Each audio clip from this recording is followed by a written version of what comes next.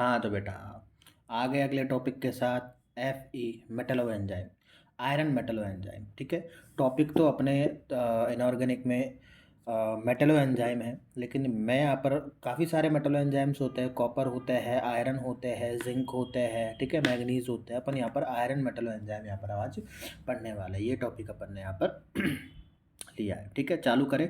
तो देखो, ये पढ़ने से पहले अपन ये चीज़ तो देख ले कि मेटल एंजाइम होते क्या है।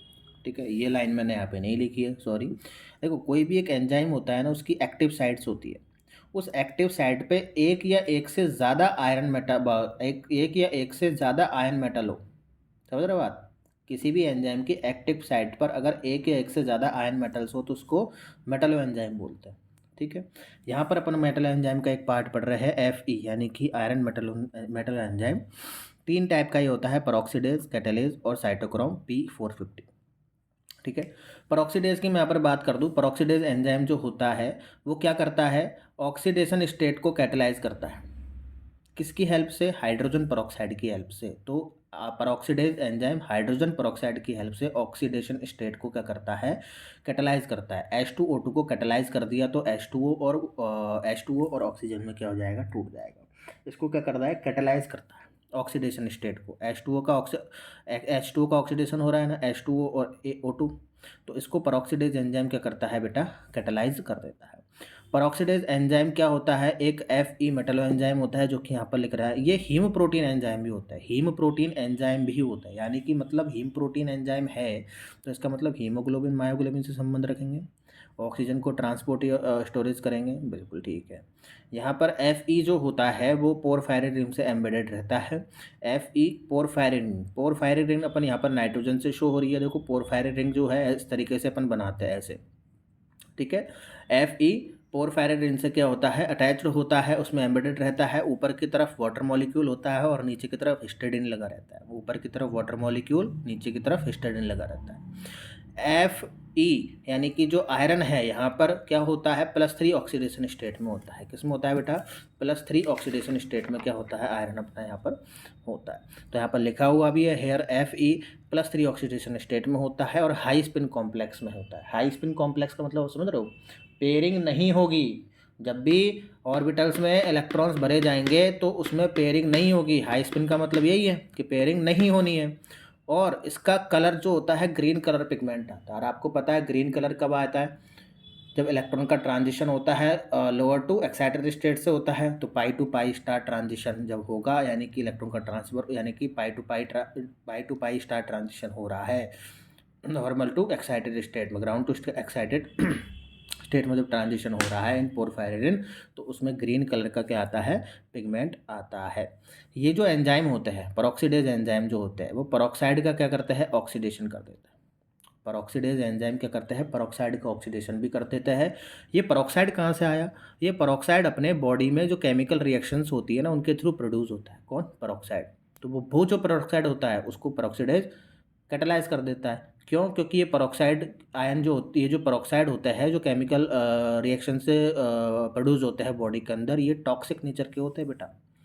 किस नेचर के होते हैं, टॉक्सिक नेचर के होते हैं। ठीक है, और this toxic peroxide can be oxidise peroxidase enzyme. ठीक है, जो ऑक्सीडाइज हो जाता है H2O2, पेरोक्साइड जो होता है H2O2, ये ऑक्सीडाइज हो जाएगा H2O और O2। इतनी बात समझ में आई आपके? ठीक है, ये थी आपकी बात पेरोक्साइडेज, ये थी आपकी बात पेरोक्सीडेज की। कैटालेज की बात कर लेते हैं। कैटालेज टेट्रामर होता है किसका, पेरोक्सीडेज का। ये भी Fe मेटलो एंजाइम होता है तभी तो पढ़ रहे हैं Fe मेटलो एंजाइम के अंदर। ये भी हीम प्रोटीन एंजाइम ही होता है। स्ट्रक्चर की बात करें तो वही आयरन जो होता है पोरफायरिन रिंग से घिरा हुआ रहता है, ऊपर वाटर मॉलिक्यूल। एक फर्क आ गया, पेरोक्सीडेज में स्टेडेंट रहता था, यहाँ पर क्या है, टायरोसिन है। और Fe का +3 ऑक्सीडेशन स्टेट है, और सेम ये भी हाई स्पिन कॉम्प्लेक्स है, यानी कि ऑर्बिटल में जब इलेक्ट्रॉन भरे जाएंगे तो किसी प्रकार की कोई पेयरिंग नहीं होगी, किसी प्रकार की कोई भी पेयरिंग नहीं होगी। यही कहना चाह रहा है ये।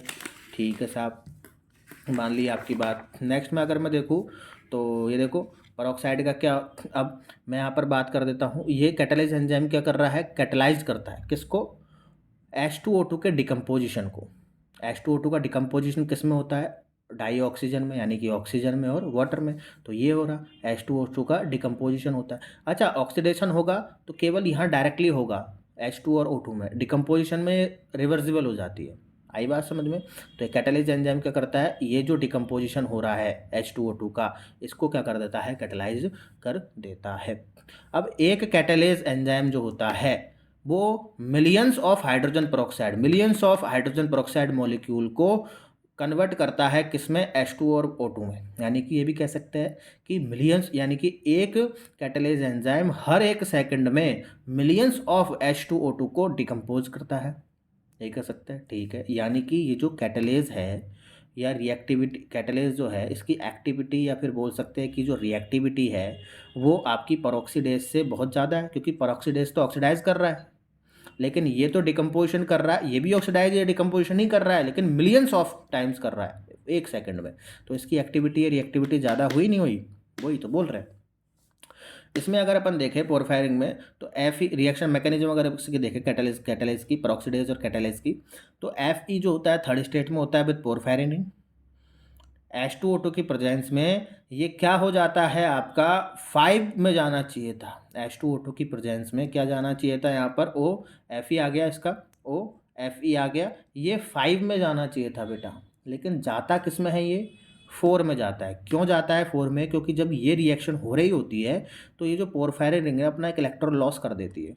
अब ये पोरफायरिन रिंग जब अपना एक इलेक्ट्रॉन लॉस कर देगी तो इसके पास पॉजिटिव चार्ज आ जाएगा पोरफायरिन रिंग पे, और ये पोरफायरिन का पॉजिटिव चार्ज यहाँ आ जाएगा, तो फिफ्थ से क्या पहुँच जाएगी, 4 ऑक्सीडेशन स्टेट। तो यहाँ पर थर्ड से क्या हो गई है, 4 ऑक्सीडेशन स्टेट क्या हो जाती है बेटा, यहाँ पर कंप्लीट हो जाती है। ठीक है, तो यहाँ पर लिख भी रहा है कि here Fe3 should be goes to 5 oxidation state, but in the given reaction it goes to 4 because here porphyrin lost its electron and get positive charge on it, then Fe goes in +4 oxidation state, there will be not complete oxidation is having here partially oxidation of Fe takes place। यानी कि 5 मैंने गई तो 4 आ गई, यानी कि complete oxidation नहीं हुआ है। तो यहाँ पर ऑक्सीडेशन क्या हो रहा है, पार्शियली ऑक्सीडेशन हो रहा है।